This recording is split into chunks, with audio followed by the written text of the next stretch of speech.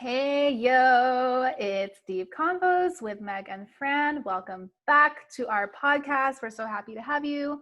Episode 7 feels surreal, Yay. doesn't it? You sound very excited. It's because I'm focused on something else.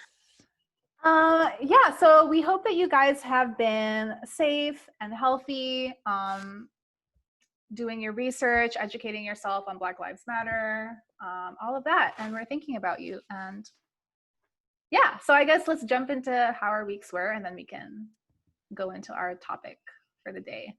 Yep. So Sounds good. how was your week? Sorry guys, I'm like really tired for some reason. My week was good. My week was it was good. It was like really busy, but that's not like anything new.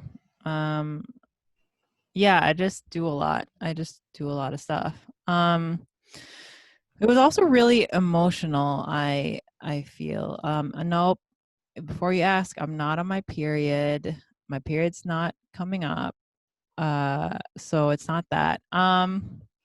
But yeah, I think the combination of just I was in like a movement class and 2 acting classes this week, and whenever those happen, like I'm always just in an emotional place and already.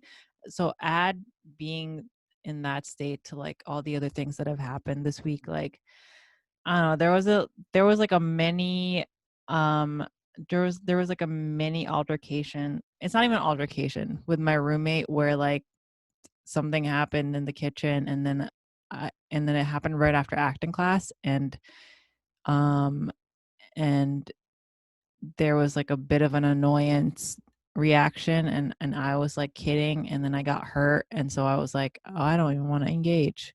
So I just like didn't say anything the whole time I was in the kitchen with my roommate.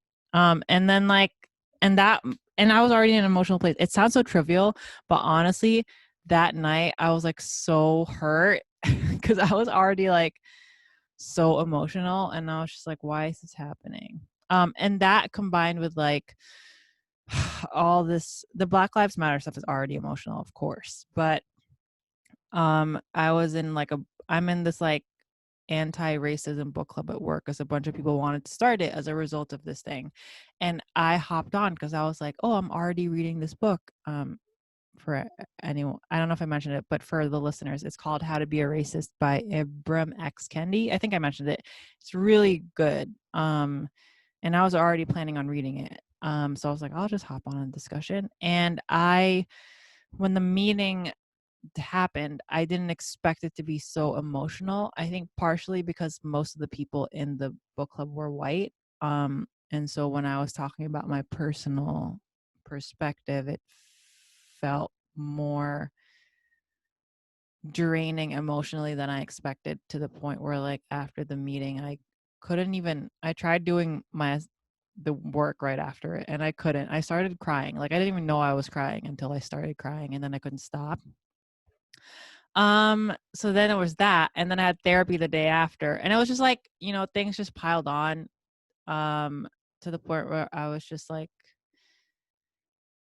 this feels hard. It just was really hard. And then like that same day I had the book club, I had acting class at night, and it was great. Like acting class is always great, but then I had this monologue to do where it was like my acting teacher was like, this monologue is about you fighting against yourself, like you're an emotional badass, but then you also try to clamp down on yourself. And basically that's how I felt. I realized that's how I've been feeling my whole life, which we're going to talk about in this podcast. But anyway, so that I cried then too, and I was like, what the fuck is happening? So yeah, I'm just like crying all over the place. But yeah, no. But now I'm better. Maybe it's like this is a hangover feeling of like emotional hangover right now. Yeah, I feel emotionally hungover, I guess. That's why I sound so That's tired. a term we use a lot in Alcoholics Anonymous, actually. Wait, really?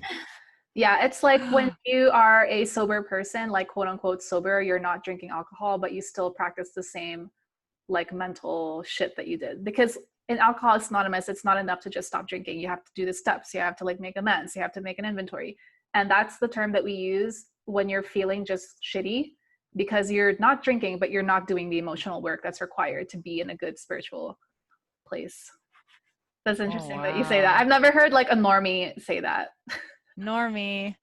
Yeah, that's interesting. I mean, maybe that there's something to that for me, but it feels like the feeling where you've like exhausted all your emotions for the week, and then you're feeling the aftermath. Yeah. You just sound like really depleted, and I think you just need a couple of days of nothing on your calendar. Yeah, I'm depleted. Yeah, you're right. That's what it is. Just clear everything. Well, not work, but clear everything else for just a couple of days maybe, and take some time. You know what? We're actually getting this coming Friday off too. And then we're getting my CEO just emailed us and he was like, we're also getting a 5-day July 4th weekend instead of a 3-day. So we're getting Thursday, Friday off, and then Monday off. That's great. Is why? Just for because everyone's so drained from everything. Okay, that's good. I'm glad that he's responsive to that. I might take a little trip. I don't know. We'll see. Maybe like a change of scenery, like get some nature. I know. I want to go to like a cabin somewhere. Yeah. Or just whatever. Something different. Something that's not. Yeah. City. I need to get out of here. Anywho. Should come to Utah. I'm not gonna fly. How was your week? It's good. I'm trying to remember. I feel like I've been in this apartment a while now, but I think the last new apartment. Yeah, I think the last podcast we recorded, I wasn't here. So yeah, so we're in a new apartment. Yay. People who are watching, you can see the blank walls that we have. This is my bedroom. And it was kind of stressful because when we signed the apartment, it was all very fast, and it was in the middle of like one of the worst weeks at work. Like everything was just had like 10 deliverables due like in the same day, and like that was when we signed the lease, and I was like, so it was like kind of stressful, but I'm glad that we did it because it was a really toxic living environment, and my husband and I just needed to get out. So yeah, like it was basically taking a step for our well-being and our happiness. And even though it was stressful at the time because of my work, it's all done now. That hell week is over. We're here. We have our basic furniture here. So there's still some work to do, but the important thing is that we're here and we're not there. So in that sense, I'm doing really great. And I'm just happy that we have our own space. Yeah, so that's really been that's my biggest update, really. Just kind of getting used to our new apartment and looking for furniture and all that typical new apartment shit. But yeah, I don't know what that's like to buy new furniture. Yeah, we're super frugal. No, but like I've always tried to move to places where either it's already been furnished, or I just know there's like the person wants to leave their furniture, or I'm like, what's on Craigslist? Like, is someone giving away furniture? Mm-hmm. Yeah, like I've never bought furniture. We usually, that's our preference too, but we literally could not find anything like that in like the entire state of Utah. I don't know. So, but it hasn't been that hard. Like we found a couple good deals, and we did buy one from like a real furniture store, but we went to the clearance section, so we got a good deal on it. So. Yeah, you should. Don't ever not buy clearance. Yeah. So, and it's also a good practice of minimalism because it's asking yourself, what do I really need? Like, do I really need this? Yeah. So I'm enjoying having just what we need for right now. And yeah, so. Dude, the true test is like, if you ever lived somewhere where, you know how is it in Japan where they'd sit on the floor? Oh, to eat, you mean? To eat. I mean, I don't know if that's a thing anymore. So. Might not be.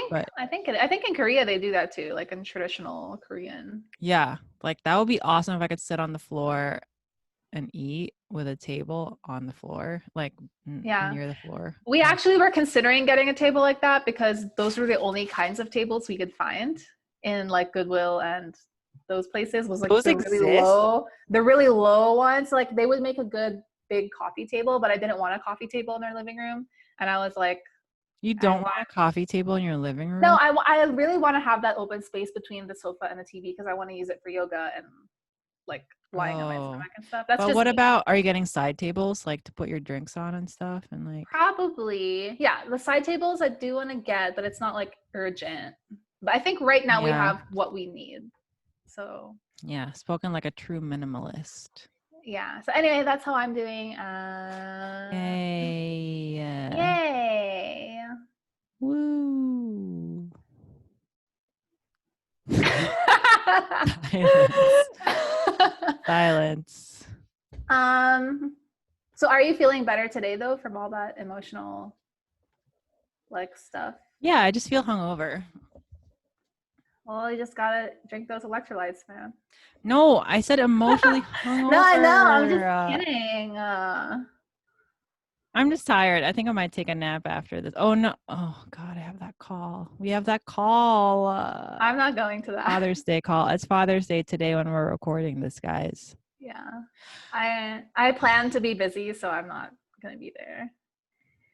Oh, you know what else it is? It's Zoom fatigue, and computer fatigue. Because I do a lot of work on the computer, like for everything, like looking for scenes, recording monologues, writing monologues, talking to you, recording podcasts. So my brain is like fried. Yeah, I feel that. Well, I hope you get those couple days of Can't wait. just nothing.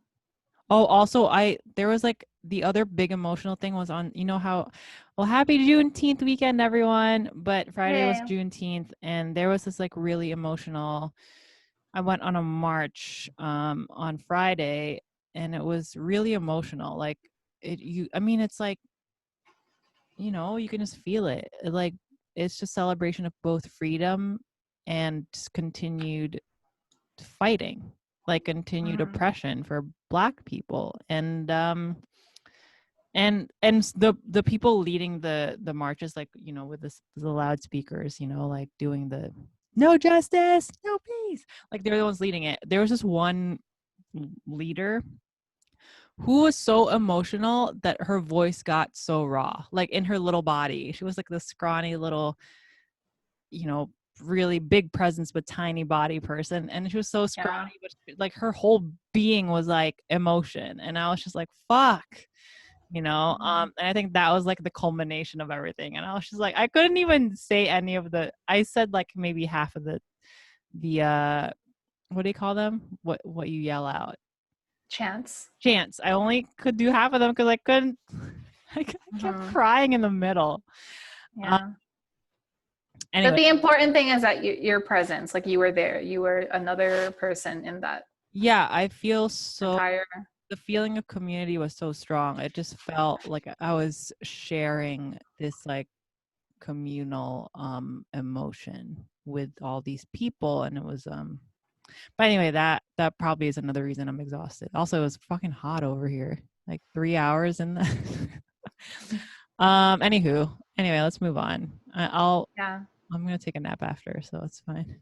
Well, it's good to hear that you were like productive and whatnot. Too productive. It's too many. Yeah. Well, okay, guys. That's how our weeks were. I mean, you're always free to message us or tell us how your weeks are. Like honestly, we still need people to just do anything. Like just send us anything. Yeah, literally anything, guys. It doesn't have to your be breakfast. Picture of your breakfast today. Literally whatever you want. We're gonna feature you, whoever you are. Feature you. We'll call you out. We'll shout you out. Shout you out, man. Fucking repost your things. Repost all your stories. Please. So anyway, so we're here for you guys. Please reach out. Please message. We'd love to hear from you. Okay, so we thought for this episode we'd change things up a bit. Not really. This was kind of the heart of our podcast all along. We thought we would take the time and talk about something more spiritual today, more about the wellness aspect of ourselves, like taking care of ourselves and yeah, something that's been resonating with us this week. And we're going to move into that in just a moment.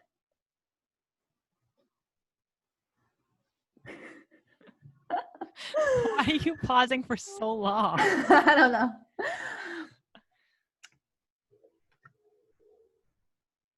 Okay, we're gonna keep going.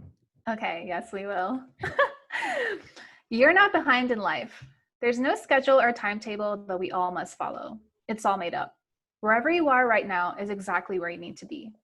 7 billion people can't do everything in exactly the same scheduled order. We are all different with a variety of needs and goals. Some get married early, some get married late, while others don't get married at all. What is early? What is late? Compared with whom? Compared with what? Some want children, others don't. Some want a career, others enjoy taking care of a house and children. Your life is not in anyone else's schedule. Don't beat yourself up for where you are right now. It's your timeline, not anyone else's, and nothing is off schedule. Emily Marushian. Where do you find this quote? On Instagram. Oh, okay. I thought you were like you just followed someone and then you saw it. I mean, I'll would love to follow her. This quote was, oh, actually, it's from a website called Tiny Buddha, which I recommend to everyone. It's just the website of really mindful, spiritual, I like that nuggets. name. Like we should all have tiny Buddhas inside. Mm-hmm. And we do. We just have to tap into it. Yeah, preach. Yeah. Okay, do you want to start? Yeah. So I don't know. I like to collect quotes on Instagram, on Wait, Pinterest. pause. Oh. I think something's happening where whenever you move your headphones or whatever, I'm hearing like. Sorry. I didn't move though. What is that? Yeah, every time you like swivel, it's like. Oh, okay. I'll try not to swivel. No, I mean, I think it's just your headphones or whatever. What are you moving? Is the cord? You pause it. Maybe I'll.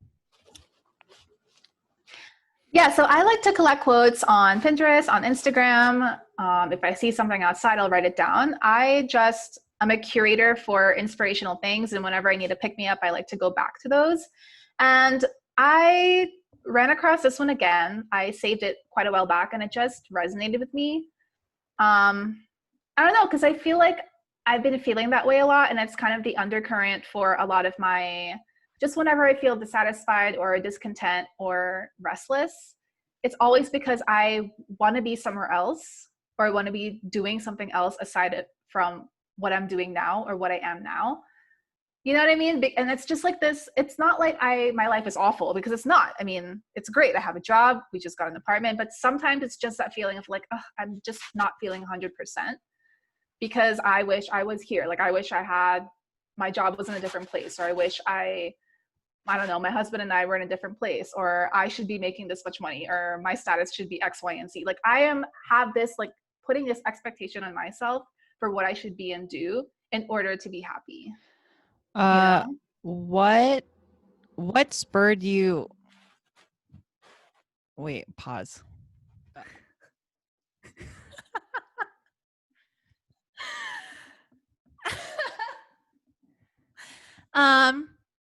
Okay, great, guys. So yeah, this week we thought we'd do something a little different, or at least different from our last couple episodes. We want to go back to our, I guess, the spiritual roots that we intended for our podcast, where we want to talk about more of taking care of myself and well-being and things like that. And so we're going to transition there now, and we hope that you'll like today's topic. Before she goes into it, if you notice a sound difference, it's because we figured some shit out. We don't want it to be an elephant in the room. It just happened. So there you go. Okay, continue. Okay, thank you. You're not behind in life. There's no schedule or timetable that we all must follow. It's all made up. Wherever you are right now is exactly where you need to be. 7 billion people can't do everything in exactly the same scheduled order. We are all different with a variety of needs and goals. Some get married early, some get married late, while others don't get married at all. What is early? What is late? Compared with whom? Compared with what? Some want children, others don't. Some want a career, others enjoy taking care of a house and children. Your life is not on anyone else's schedule. Don't beat yourself up for where you are right now. It's your timeline, not anyone else's, and nothing is off schedule. Emily Marushin.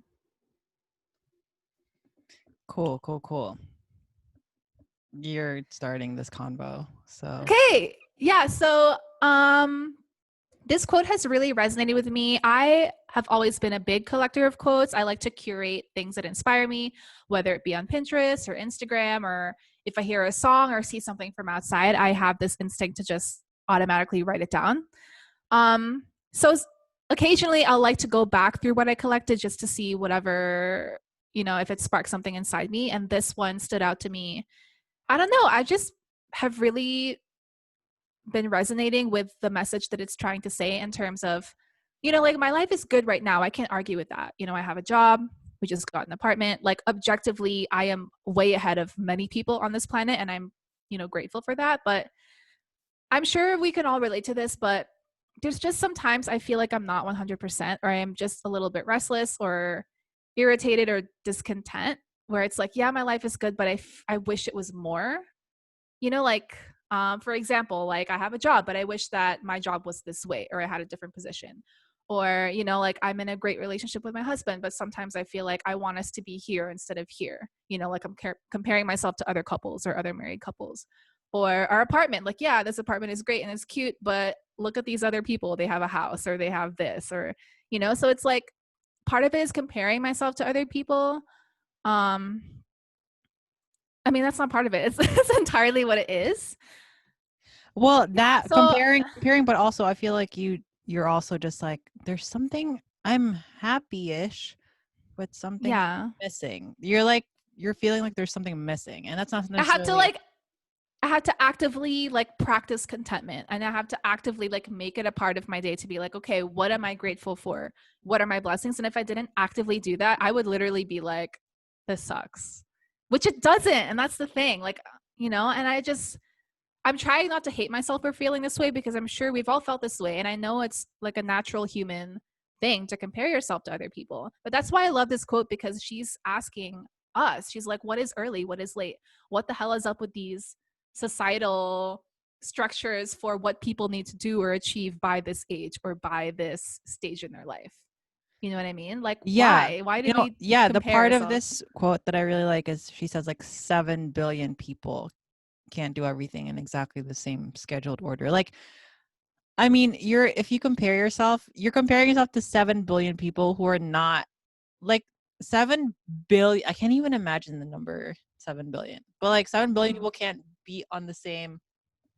Okay, this is not mathematically accurate, but like of 7 billion people, maybe like 1 billion are, how old are you? 27. I keep forgetting to 28. 28? Yeah, I mean, I The turned 28 fuck? in May. I thought you were 27. Yeah, I know. Can you not remind me of that, please? No, I like said happy birthday to you, and I thought you were turning 27. Oh my god. Well, that's good news. Oh, this goes to show when you're past 25, it's like, who the fuck cares? I care. No, I mean, I care, but I thought you were 27. Anywho, like, for like maybe like 500 million people are 27. Like, can you imagine or 28? Sorry, fuck.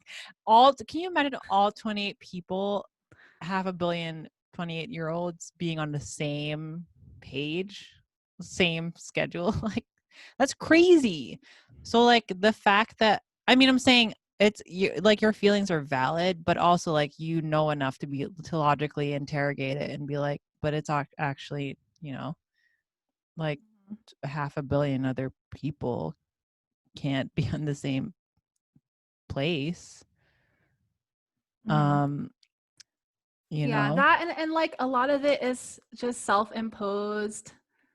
Like it's like, yes, society has these things like, yeah, it would be nice to have, I don't know, a house by the time you're in your late 20s or early 30s, or it would be nice to have kids when you're at this point. Like a lot of that is society and what's expected of us. But I sometimes take that and I magnify it for myself and I make it worse for myself. And like, so for example, like when I was traveling, like I really enjoyed my travels and I wouldn't take that away for anything. But there were a lot of times where I would like go on Facebook and I'd see what my friends or acquaintances were up to. And like I love my travels, and I like I said, that's a huge part of my life and I want to do that again. But there was sometimes I would look at their posts and I would crave their stability, or I would see like, oh my gosh, this friend is 25 and she already bought a house. And look how responsible she is. Or look at this person, like she has been at her company for 5 years now and she's worked her way up to this awesome position.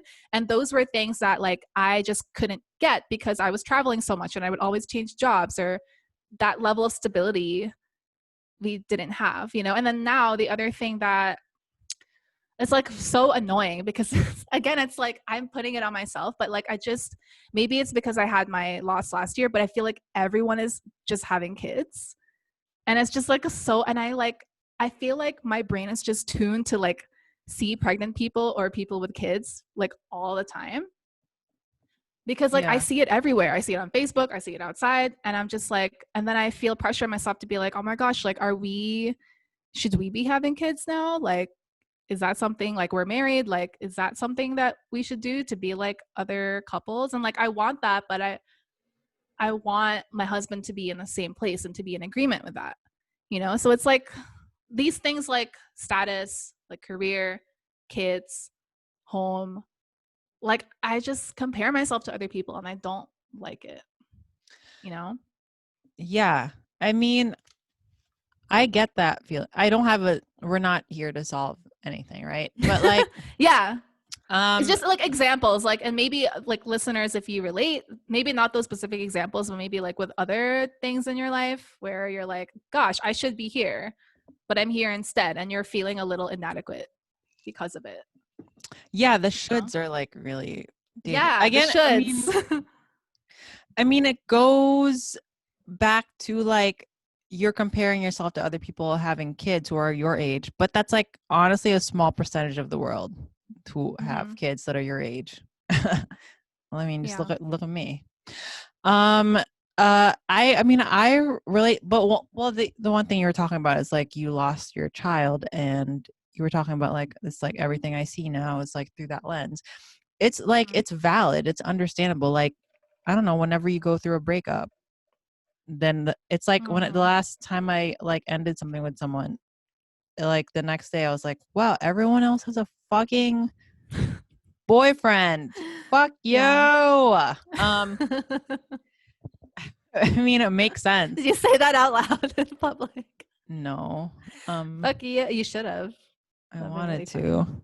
But like it makes sense to like have that lens. Like you can't take that away from yourself. But I think the thing maybe we could do is like use that lens for good, you know, like instead of dwelling on how it's bad, it's like, what is this unique thing that I have, this unique perspective? Like, what is it pointing to? Like, what can I do with it? And I think you're really good at that. Reframing, pun intended, reframing the lenses, you know, reframing the glasses. I relate to that. I'm in a different place where when I was your age, or even earlier, like when I was my early mid-20s, like I had friends who were like, so I had a friend who was like a year younger than me and she had already bought a house. I had like a couple of friends who were like a year older than me and they already got married. I was going to weddings. I was like in my early to mid-20s, I was invited or going to weddings like all the time. So yeah, I definitely had that in the sense of like, why am I like, what am I doing? Like, I'm not even close to buying a house. I'm living in these like fucking Craigslist apartments with hand-me-down furniture. So I used to be there. Now I'm kind of, I don't know. I think I exhausted all my envy for that part because now I'm your like shits. I literally I give all my shits. I exhausted all my shits towards those things in terms of like live in a shoebox. I mean, I care about how small my shoebox is in the sense that like I just want to be in a bigger room so I can don't feel like I'm dying, like running out of breath. But I'm not comparing myself to other people in terms of like, oh my God, they have a house and like they have like a garage with like 2 cars in it and like what? I don't. No, I'm like, I think those shits are gone. I used to have those shits. Sounds like I'm. That's good. Like I want to be like more like, and there are some No. days where I don't have the shits, but some days I do give it like too much No, of a shit. And I that's agree with you. I'm like, saying there's phases. So now that those shits are gone, I'm now to a different shit in terms of like, so now I have this job where, okay, so I moved to New York. I don't need to rehash this, but I'm here in New York to be an actor, and I was doing the whole 5 jobs, blah de blah de blue, and then I'm like, got sick of that. I got sick of like living paycheck to paycheck. So I'm like, gotta get a steady job. So I got this full-time job. I literally got it's not a demotion per se, but I used to be a fucking editor, like a site editor for another media company. And now I went from an office assistant to like the next step up, which I'm grateful for. I actually like where I'm at right now. But then I'm 31. I'm looking at people in my company who are like 26, who are like the VP of, or like, you know, like yeah, the exactly. head of the blue de blah. And I'm like, and even when I was an administrative assistant, office assistant, I was like literally fucking wiping, not complaining, but wiping their coffee stains off the conference tables, or like cleaning their peanuts that have spilled on. Like, you know, I mean, now I don't do that as much, but still, I'm in a pretty low on the totem pole. Again, I want to be in the spot right now. But there are days when I'm like, holy shit, like these people are like, I don't know how many thousands of dollars are in their 401k. And these people are going to like, they're flying to different summits. And they're like, or whatever, and like meeting with like the heads of Amazon and Google or whatever. Not Google, I don't know. Yeah, maybe. And they're like 25, 26. And I'm like, here I am.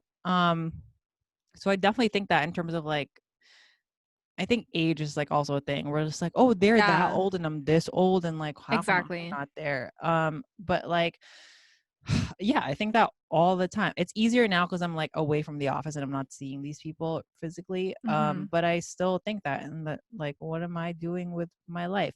But I think this, what it comes down to is like what your measurements are. Like if you're measuring success, like if your ultimate measure of success is like, how far ahead can I get into this field? Like if you're in sales, how high up can I get in sales? Like my ultimate goal is like to be the head of sales, and then you're working your way up there, then that's then the fact that I'm comparing myself to these people are fair.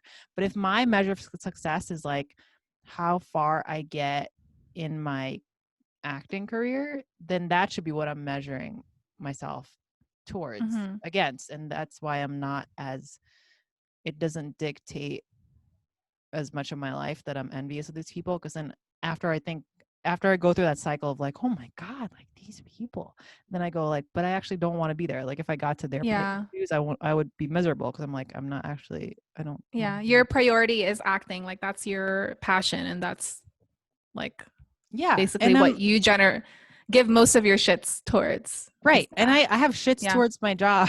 But like the right amount of shits in that, like, this is my day job. This is what I need to pay the bills. So I need to give some level of shits, but I'm not going to direct all my shits towards this because. Yeah. Right. Yeah. I care enough to like do my job well and to like support my team, but I'm not like, but I need to be the head of this department. Like that's not my goal, you know? So yeah. I don't know. Yeah, no, I'm like that too. I guess like with my career, that's something I can easily talk myself out of. Like when I get into that mindset with my career and the status, you know, is like, oh, but like I love my job. Like I love instructional design and I love training and all that stuff, but that's not my only definition of happiness. And I know if something, God forbid, ever happens to my job, I can easily find something else. So my job is my job. Like it's just a bonus for me that I do enjoy it, but it's still at the end of the day, my job, and I don't let that dictate. I guess where it's more of a struggle is where it's things outside of career, you know? So like you said, part of it is age. And I guess it's like now that I'm 28, And it's like, it's not old. But I feel like it's just now I'm past No, halfway when I mark was and I'm 28, I was feeling that way. yeah, and I feel like I'm getting close to 30 and I'm just like seeing other people that are in this like late 20s, 30, like early 30s phase, and I feel like I should be like where they are. So that's part of it is age. But I guess another part of it too, like if I think about like, okay, what triggers these feelings? You know, it's like social media, like my fucking like phone, you know, which like I don't even post a lot. A lot of the times, yeah, I don't post a lot. Like I just go Yeah, on you social don't. media. Like it's like when I'm eating and I'm like, I want to mindlessly scroll through something, and like that's the only reason why I still have my Facebook. Otherwise, I don't even post at all. And I have to like, I guess it's a good exercise of asking yourself, am I like, is what I'm consuming on social media helping me? I mean, like I think some comparison is good if it's inspirational, you know, like if I look at someone and their success and I'm like, oh, like that's really cool. Like, look at what they've accomplished. Like they got to this senior role and I want that for myself too. And this is so inspiring for me, you know, and I can look at what she did and try to copy it. I feel like if you're confident in yourself that that's how you will consume the media, then it's good in a way, you know, if you approach it from an inspirational standpoint. But the other side of the spectrum is where I feel like myself and most of us fall into, where it's like, oh, look at her in that role, I suck, that kind of thing. So I don't know, maybe now that I'm talking through it, I'm starting to think like, should I start to unfollow some people, or Yeah, I was gonna. you know what I mean? That's the thought that occurred to me. It's like, who do you follow? Because like I rarely see people in my feed, my Instagram feed. Is that what you call it? Feed. I don't even know. My Timeline, I think, on Facebook. Timeline on Facebook. Feed no, is but on my Instagram. Instagram feed. Oh, I don't give a fuck about Facebook. But Instagram. That but was on really my strong feeling. but on my Instagram feed, it's like mostly like the people I follow are mostly like, you know, activists of some sort, or like actors, or vegan food. So it's rarely like a classmate going like, yeah, here I produced this film. Oh yeah, oh like I got into a show and a pilot and Netflix picked it up, and like I rarely see those. They don't talk like that, my friends.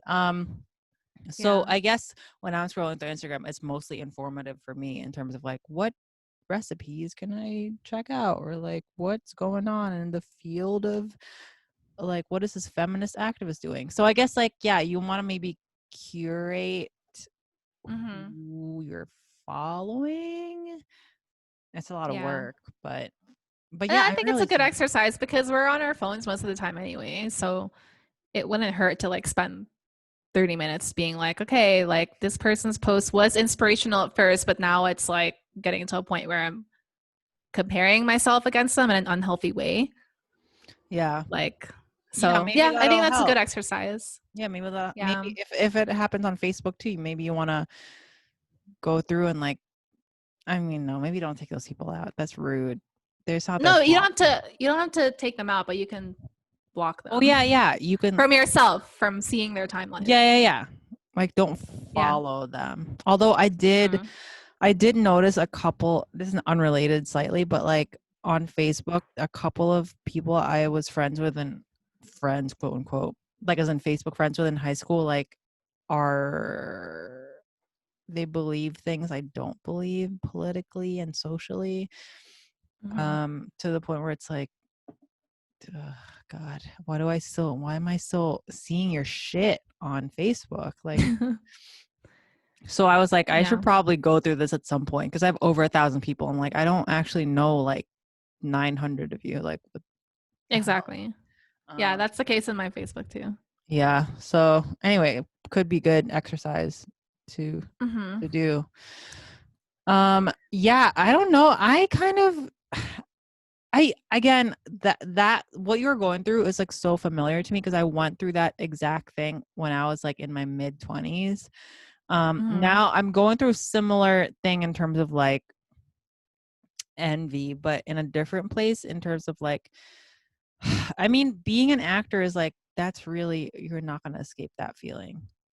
Because it's such an unpredictable industry in that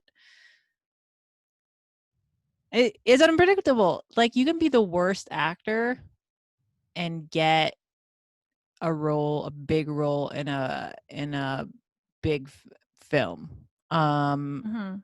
Or you can be the hardest working actor and only get like a bit part in a film occasionally, and then like and you can be great in theater but no one knows you, like um uh, and I'm really like, if you ask me, like I'm kind of like you, like I'm content in the work I'm doing. Like I'm even in these corona times, I'm like doing a lot of creative stuff that I didn't think I was able, excuse me, I burped, wine burp, that I was able to do.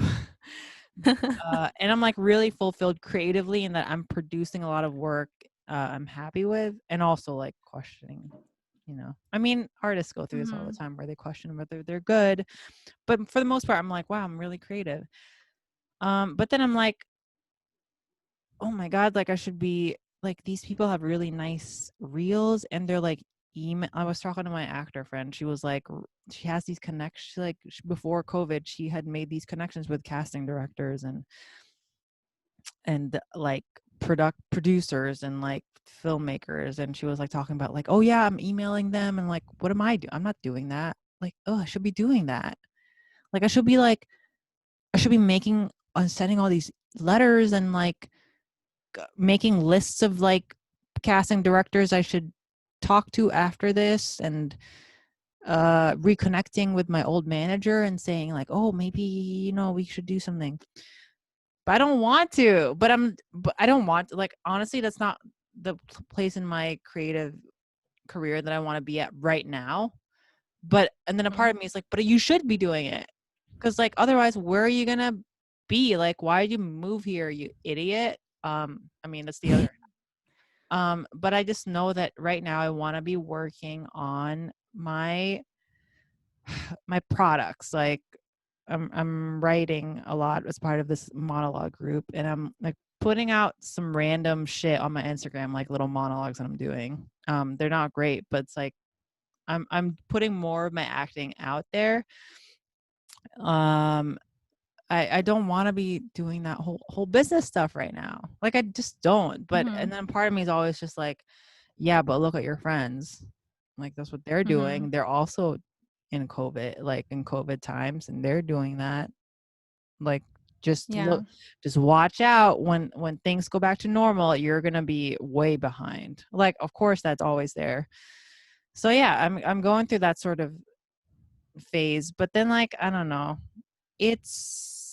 I just kind of live with it, those thoughts, because there some form of that is always going to be there. Like in the beginning I was like, you're not really, in the beginning it was like when I was first starting to act, it was like, you're not really an actor. Like when people ask what you do, don't say you're an actor. Ugh, liar.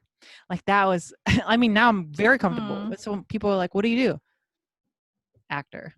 But before that was the form it was taking. I was like, you're not an actor. Like look at your classmate. She's good. She can call herself an actor. You? Blah. No, I know, but these thoughts are mean. They're mean to you. And I just kind of, I had to work a lot on like really listening to that thought and investigating, like, how our tendency is to be like, we get those should thoughts, or like you're an imposter thoughts, or like what are you doing thoughts, and we immediately like try to stifle them. We're like, oh,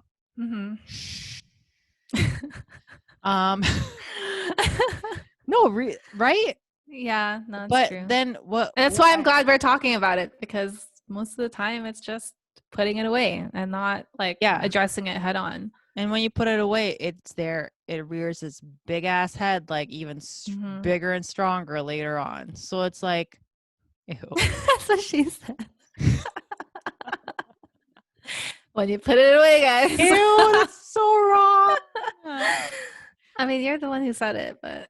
But anyway, so that's why we should, instead of putting it away, either talk about it like this, like with someone you trust, or like your therapist, or like journal, or like just really like sit down and be like, maybe light a candle or something and be like, what does that thought reveal?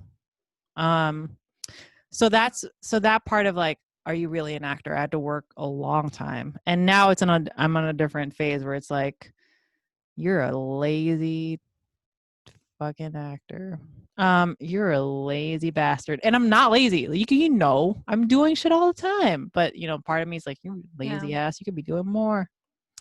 So, that's where I'm at. Yeah, that sucks. It's also just society too, like how we're so like focused on getting ahead and working a lot. And so it's a lot of like factors feeding into each other, but yeah, American society. And also who am I hanging out with? But it's not really that. It's more like you just have to internalize that your journey is different from someone else's journey. Like it's not the same. Right. But it's hard to do that. So yeah. So I guess I want to talk about strategies now. Like it was great to hear that you feel that way too. And sometimes it can feel like you're the only one feeling this way, but it's not. Like we all feel this way to some degree. So to get that validation from you and from other people is the first step for me. And it already puts me like, I feel more comfortable already. It makes me feel less crazy. So do you want to talk about like strategies? I guess you were kind of broaching on one already in terms of like, if it's a passion to you and that's where you're putting most of your energy, then that's, that helps you. And like, that helps you realize you are an actor. So like for me, I guess what I need to do is maybe journal or reflect, like what is happiness to me? What is success to me? And then that should be driving my standards of success and happiness, not other people's, because like, because how it is for me is going to be different from someone else. And we tend to forget that when we're in like the pits of comparison, which just sucks. Like I hate comparison and jealousy. It literally feels like the pits. Like it is deep and stinky. Dude, that's and like just merch. Not hashtag, but like the pits of comparison. Yeah, the pits of comparison, man. Merch. Yeah, I think that's number one. Identify. Get clear on what really matters to you, not to other people. Like to get you. Clear. Yeah. What's that biblical saying? Separate the something from the chaff. I don't know. Whatever. You separate their other people's things from your other people's shit from your shit. Like get clear on what your shit is. Like what drives, motivates you. I think that's number one. And whether that's journaling or you're working through it with a professional, just get fucking clear on that. I think that's number one. That and like, I understand, like, it's like I said this earlier, it's human nature to compare yourself. That's just how we biologically are. So when it does happen, I have to remind myself to rewire my thinking, and that instead of going into the pits of like, oh my gosh, she has this and I don't, changing that into more like inspiration and reminding yourself like, just because that she has X, Y, and Z doesn't diminish my own X, Y, and Z. Just because she is beautiful doesn't diminish my own beauty. Like that's not how it works. Like you recognizing that in someone else doesn't like cancel out your own worth or cancel out your own beauty. It's still there. Yours is still there, and you're allowed to recognize someone else's while also acknowledging your own, And so I've been trying to think that way more and reminding myself of that more, and it's really helping. Is that another thing you're like that's a strategy. Yeah. No, like and like, the I mean, obviously, thing. That's just another example. But yeah, beauty, success, whatever. Yeah, that's a good way to reframe your thinking. Or just, I guess the deeper thing of all of this, regardless if it's career or whatever, beauty, is worth, right? Because she has beauty or he has this high position or they have this equals worth. They are more worthy. They are more valuable. That's really the core of everything here, Yeah. And I have to remind myself, I can look at what they have on the surface, which to me equates worth. And I should be looking at that as inspiration instead of looking at that and then feeling like it cancels out my own, Right. Yeah. I mean, the one comparison is popping into my head is like in acting when sometimes people are like, oh my gosh, she's like when you're watching someone do something, you're like, oh my gosh, she's so good. But then you have to think like she's good at this thing. Mm-hmm. I'm good at something, like this is what what I have to offer. Like when you go for a role, like a specific role, if you are competing with one other person, you're both talented, but that person might be good at this one thing. Like maybe she's good at the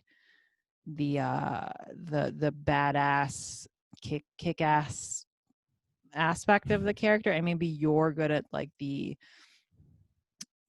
emotional heart center of the character. Like maybe that's like you're both good. Maybe you're just good at it's like your fucking book of like your now my Clifton Strengths book. Clifton Strengths book. Why do you say it's it like so awkward? Same, but it's like the same thing. It's like we're all valid, worthy people. We just have different skills to offer to the table. So it's not an apples to apples thing if we're gonna go apples. Exactly. Yeah, I think that's what I was driving at. Yeah. Not an apples. So just get clear on, again, that's another thing to get clarity on, is like what you have to offer. Be like, here are my strengths, bitch. Eat it up. Make apple pie with it, baby. So like get clear on what those things are. And then appreciate what you're saying. Appreciate what other people have to offer. And then, But at the end of the day, go back to yourself, work on yourself. That should be like your primary measuring stick. And there's also like, so that's more external, right? In terms of more internal, there's a quote that I'll always remember when I was working with my first sponsor from AA. And this is like when I would get into the pits of, this has been like a big problem throughout my entire, like the last fucking decade. And that's why I'm always working on it, like comparison. And she told me, Megan, stop comparing your insides to someone else's outsides. Yeah. Oh, because I would look at like that person may look successful on the outside. Like, yes, she has kids, she has a family, she has a successful career, she's beautiful, whatever. That's what I see on the outside. I have no idea what happens when she goes home. I have no idea if like what her problems are, because everyone walks a hard path in some way. Everyone fights their own battles. That's the cliche, right? But it's true. We tend to just look at what's on the outside, but we have no idea what this person is really going through. How we look at what they have, we interpret it in our brains as something, but we don't know if that is fact. So I have to remind myself of that. It's like, yeah, they have X, Y, and Z, but how do they feel about it? What is their story? I have no idea. And that's why automatically it's not a valid comparison, and it's a waste of energy already. Yeah. Agreed. I just love that quote. It's just, I always go back to it, like after all these years. Like you don't know. Like, you don't know what someone's really going through. I mean, it goes with, it's not even just this. It's like if something happens, we're always looking at it through our personal perspective. But unless you really like unless you can read brains, you're not going to know what the other person's thinking. Right. Yeah. I had a thought. I don't remember what it is. I think you need to take your nap. Anyway, do we have time for like a quick example, and then we can go into what we're loving this week? Yeah, we're not even close to being out of time. I mean, we're close. Oh, okay. We have like 10 minutes. So I was on YouTube, but you know how they recommend random movies to you. So I was recommended this random short 10-minute movie, and I was like, okay, I'll watch it. I forgot what the title was, and if I find it, I'll try to send it to you. But I think it's called The Stranger's Window, and it's about this woman who's like in her late 30s, early 40s, and she has like 3 kids. She has a husband, like that stable life, but she is just feeling really old and like not exciting anymore. And they live on like one of the top floors of an apartment, and they're like directly across from another apartment building where they can see a younger couple living across from them.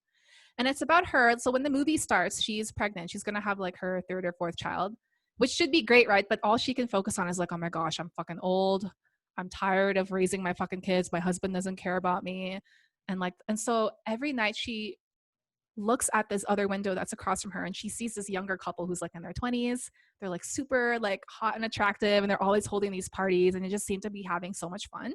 And so the movie, it's interesting how it starts, because she's pregnant, which is like should be a happy thing, right? But you just see this like pregnant woman sitting on the couch, like looking at the window across from her, and she's just like, you can tell she's not in the present moment. She's like, oh my gosh, look at that couple across from me. I want what they have. I want to be young again. I want to be lively again, you know? Like, and so that's how it starts. And anyway, I feel like I'm just going to talk about it. Okay. I'm going to spoil it because it's what I'm trying to get at here. Spoil at it. the end of the movie, so there was one night where this is like the millionth time she's looked in their window. She sees something odd. She sees the young couple sitting on a table and crying. The guy like has his hands on his head like this, and the girl is like crying really. And she's like, what's going on? Like, because all she's seen so far is the outside, right? Like, oh my gosh, like they have all these parties, they're young, they're whatever. And on a chance encounter the next day, she runs into this woman that lives across from her. Right. And at this point, she's already had her kid, like she's already had her baby, and she's like walking it in the stroller, and she runs into this woman who lives across from her. And it's super awkward because she's been spying on them basically. And then she's like, oh, hi. And then the woman, like the one that she's been spying on, says, hey, you're the lady that lives across from our apartment, right? And so they find out that like they've actually been looking at each other. And so this other lady, let's call her Sally, the younger one.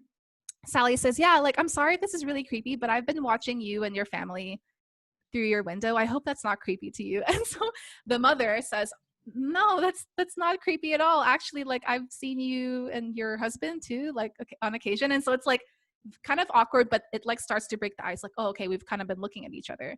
And Sally, the younger lady, says, look, I hope this is not like weird or awkward because we just literally met each other in person. But I just want to say, like, and then she starts to get emotional and she starts crying. Sally says, I just want to say, like, every time I look in your window, I want to cry. Like, your family is so beautiful. Like, I watch how you are with your kids and you seem like a great mother.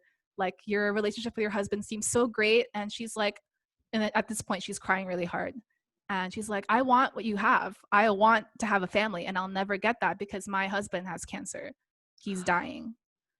And then she's like, so I'm sorry. She's like, Sally says, I don't want to put all of this on you. You don't have to say anything, but I just want to tell you, your life is awesome. Enjoy it. That's something that I will never get to have. And yeah. And at this point, the mother is like in shock because she had no idea any of this was happening, right? She had been looking at this younger couple with envy the whole time. And now she's realizing something that she didn't even know. So all she can do at this point is like, just hug Sally. She's like, I don't know what to say. So they just hug each other. And the movie ends with them sitting again, like at her window with her kids and her husband. And she's looking at the other couple, the other like across again, but like with a different expression on her face. It's not with envy anymore, but kind of like in awe of like, wow, this is what was under my nose this whole time. And I didn't even stop to appreciate what I had, you know. And then actually the last scene of the mini movie is so cool because it kind of zooms out of their window and it shows her silhouette, her and her husband's silhouette, which is what the other couple had been seeing the whole time. And we get a glimpse of what the younger couple had been seeing. So anyway, Wow. that was like a long story, and I just spoiled the movie, but you should watch it anyway. That's kind of the whole basis of what I'm trying to get at in this podcast is we compare ourselves so much. You know, we compare our timeline with other people's timeline, but at the end of the day, like we are so blessed and we need to focus on what we have and our passions and what makes us happy and not so much on other people because a lot of that is fabricated anyway, you know. But anyway, it's really right. great. No, that sounds like that's a good lesson to learn, not just like in terms of comparison, but also just like how we just judge people in general. You know, you don't know what a person's like I can just think of multiple people who I was just like, oh my God, this person's a this or this person's a that. And then you start talking to them, you know, like whatever those stereotypes are, like, oh, she's a ditz, or he's a playboy, whatever. Yeah, sometimes it's a negative judgment. Yeah. Mm-hmm. Yeah, or like, oh, this person's has it all together, and you know, they just get whatever they want in life, and you don't know until you really talk to them, like past like the weather or like past small talk, and you're like, wow, you're actually like a deeper you have so much complexity to you. Like, we're all complex, all human beings. Like, you can be like, and I'm guilty of this, you can be like the most vanilla like lacrosse player, whatever, like that I've judged people like that, and then you get to know them and you're like, you actually have so much depth to you, because like all human beings do. Yeah, I just like labeled you as a jock, like a stupid jock. Yeah, right off but the like, bat, and I didn't. you know, it so yeah, it's a good lesson in general, but yeah, definitely comparison. Oh my god, I had a thought for that too, and then Well, it's okay. They'll come back to you. Yeah, whatever. Yeah, I agree. Whatever that film's. I agree. It'll come back to me in 2 seconds. Yeah, just let it come back.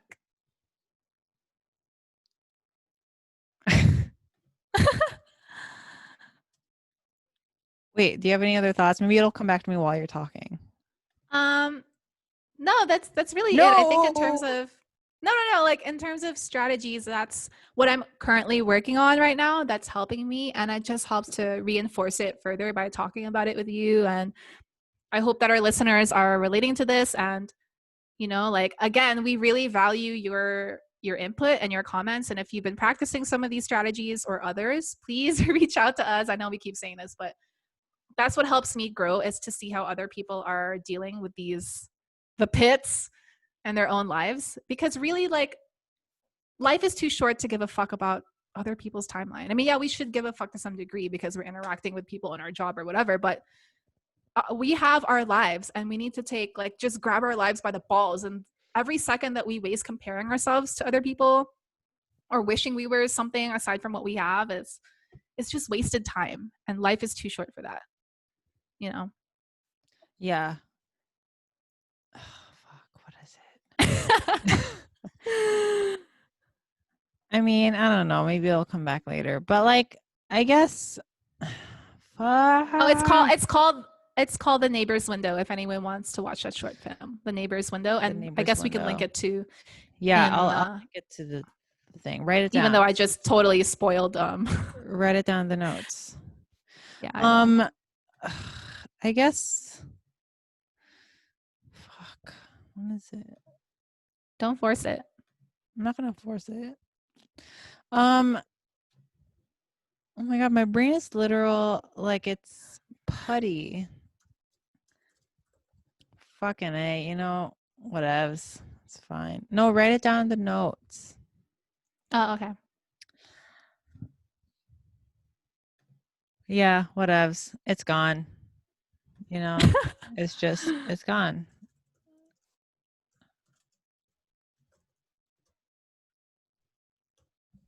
Long pause. Do you want to go into what we're loving this week, and then maybe it'll come back to you? I hate to go into that without closing off my thoughts, because it feels unclosed. It's like the blue balls of thinking. Yeah, it is the blue balls of thinking. Don't you get those all the time? I get blue balls of thinking all the time. Another merch. Oh, I get blue balls of thinking, and on the back all the time. So my final thoughts on that are that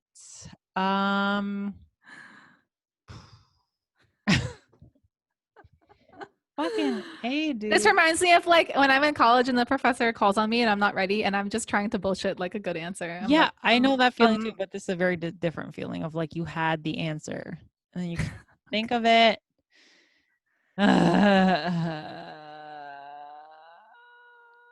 Yeah, whatever. Let's just fucking shut this. Oh, I don't want to leave you with your blue balls though. I mean, I have blue balls. I mean, I just, people just live with it. Sometimes people just live with it. It's a chronic condition for you. Also, I think blue balls aren't even a thing for real. I don't think scientifically. They are a thing. No, look it up. If guys are making that shit up. I mean, you can actually have unreleased, and it's bad. But the way guys talk about it of oh my gosh, you give me blue balls, you gonna finish it, is not. That part of it is not real. They'll survive it. It'll be fine. I'll send you the link. We'll link it to this thing. Anywho, okay, let's move on. Maybe at the end I'll figure it out. But okay, guys, we're gonna take a little 1-second break and then move on to what we're loving this week. Okay, now we're back with one of our favorite Really good segments. transitions. Thank you. This one's called Thank What you. We're Loving This Week. And I'm gonna have Meg start this one this time. Why? 'Cause I started last time. Oh, well, wait. What am I loving? Are you serious? You had like a whole Oh, okay, yes. I have a couple things I want to talk about. Where is it? Sorry, I'm looking for an app that I'm loving. Okay, so this app is nothing new. In fact, it's really not new at all, and I already talked about it. But I've been enjoying Pinterest a lot again, just for like vision board purposes. And sometimes I'll take time in the morning just to look at. I have a board here called, what is it? Life quotes. It's literally called life quotes, and it's just like really inspiring shit. And I just try to be like, instead of going on Instagram or social media and getting in the pits of comparison, I try to dedicate time where it's just inspirational things that will feed my soul, things that will put me in a good place. So I have a meditation book that I read after I work out and do yoga. I'll go on my life quotes board and I'll just read these like really awesome, wholesome quotes. And I just think it's convenient. It's on your phone. It's like a vision board, but you don't have to make it. You don't have to cut anything out. It's just super easy. And I think everyone should just create one and just pin a couple stuff every night and then look at it again the next morning. Why not? It's not going to hurt. So I've just been really loving that. And if people want to look at my Pinterest and this specific board, we'll put the link in the description. So that's the first thing I'm loving, just getting back into Pinterest and being inspired. The second thing that I'm loving, I think you recommended this movie to me, but I finally watched Portrait of a Lady on Fire. And I don't know, I just was I'm usually in a show mood, but I was like, I want to watch a movie. You like snuck that up on me. I didn't even know you were planning on watching it soon. Yeah, I watched it and I really enjoyed it. Like it was holy shit. Beautiful, gave me the chills. I don't want to say anything more, but I'll say something in cryptic terms to you. That final scene when she closed the door. Yes. You know what I mean? When she left and then she turned back for a moment. I'm like feeling that was like now. So heartbreaking. And the final scene too. So yeah, I think the acting was scene. Yeah. The final scene, but also the one before that when she was leaving the property. Oh yeah, no, I'm saying both of those scenes. Yeah. So it's just really good, and I don't want to say anything else. Just watch it, guys. Just fucking watch it, man. Just fucking.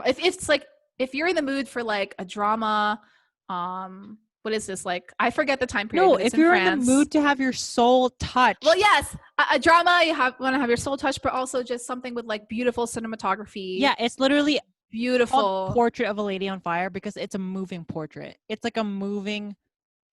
Yeah. Every sound, every frame, every look, every sound is. You already said sound. A brush. It's a brush stroke of a genius. Like it's literally a moving portrait. Like everything was. Like it's literally. Yeah, that's my reaction to just watch it, guys. You won't regret it. You're gonna be thinking about it for weeks and months after. Okay, that's all. That's all for me. So Pinterest and Portrait of a Lady. Can we do an episode on Portrait of a Lady? We can do like movie analyses for like one of our offshoot episodes. Yeah. No, we should do one for Portrait of a Lady on Fire. Yeah. I would love to. I'm down. No one wants to watch it because they're like, what the fuck is this? What the fuck is this? It's like the best movie of our time. Really good. Anyway, I feel like that last scene of it, this is all I'm going to say, guys. The last scene of it is like stands head to head with the last scene of Call Me by Your Name. I don't know that one. You've not seen Call Me by Your Name? Well, maybe I have. I don't. Wait, what? My mouth is like agape in the widest gape it's ever been. This is. What? Oh no, I haven't seen that one. Anyway, what are you loving this week? Girl, I was assuming you've seen it. No. Oh my god, let me compose myself. Whew, okay. But I'm loving this week is this movie called what I'm loving this week is Alfre Woodard's, she's an actress, for anyone who hasn't heard her, living under a rock. Alfre Woodard's performance in the movie Clemency, which was made I think 2 years ago, no, last year, by this filmmaker. I hope I don't butcher her name. Her name's Chinoye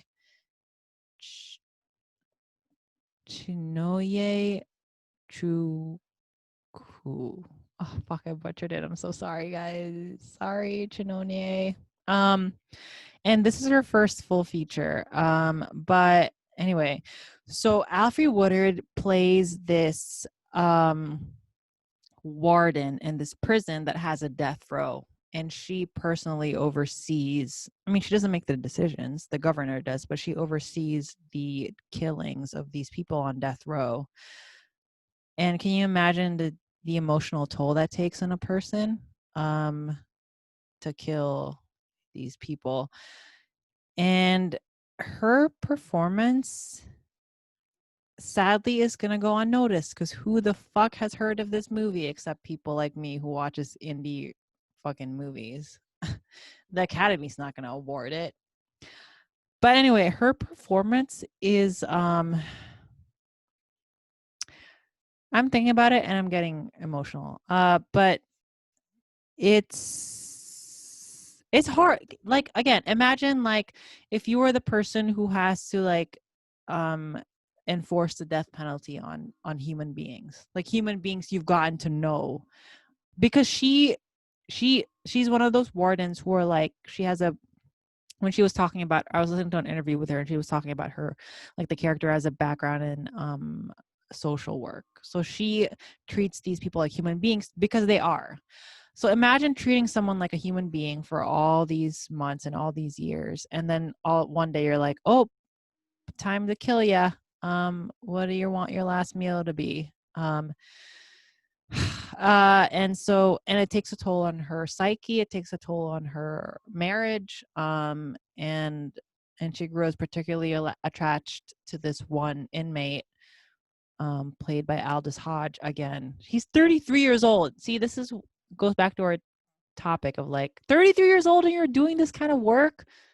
2 years older than me. But that overshadowed by his work. Everyone in this cast was amazing. Wendell Pierce, whatever. But Alfre Woodard, Meg, you should watch it. Everyone watch it. It's on Hulu. But it's not an easy watch. But you know what I really liked about it? You know how it's like, I'm assuming you're against the death penalty too. Like, we're against the death penalty because we're pro human rights. But it takes an interesting perspective, and then it takes it from the point of view of someone who's like an instrument of the killing. Like, she's literally just an instrument who has to do her job. And that's a perspective we haven't seen before. It's a story we haven't seen before. And so it's powerful. It's powerful. Yeah, also Insecure, the show Insecure, the finale killed me, but sorry, I'm still thinking about Alfre Woodard. So that's what I enjoyed this week. And nope, the thought that I had earlier did not come back. So I guess we're just gonna end this with me having emotional blue balls. Oh no. So we start off with you with the emotional hangover, and now you have emotional blue balls. Yeah, have to find a release somehow. Anywho, Meg, how can people find us and talk to us about their emotional blue balls or hangovers? Yeah, guys, we're on the Instagrams. You can find us at deepconvos pod. That's it. There's no cast. And then our email is deepconvospodcast@gmail.com. And if you want to reach us personally, I'm meg.sales.14 and my sister is Fran Sales on. Oh, sorry. Solid. Whatever. Yep, that's it. Sales. At Fran Salas. Yeah, at Fran Sales. Yeah. We'd love to hear your thoughts on, are you going through, what do we call them? The pits of comparison? The pits of comparison. Please, we'd love to hear I feel you. like that should be the title. No, that is going to be a title. Title Yeah. of the show. Tell us what you're going through and like what you're doing, what strategies you're implementing. And also just like if you go through emotional blue balls or emotional hangovers. So we'd also love to hear that. Okay. Or if you're bad Okay, at guys, transition, tell us too. we're getting better. Take care of yourself, stay safe, and we want to hear from you. Bye. Bye. Happy Father's Day to all the fathers out there. Bye. Oh, yes, bye.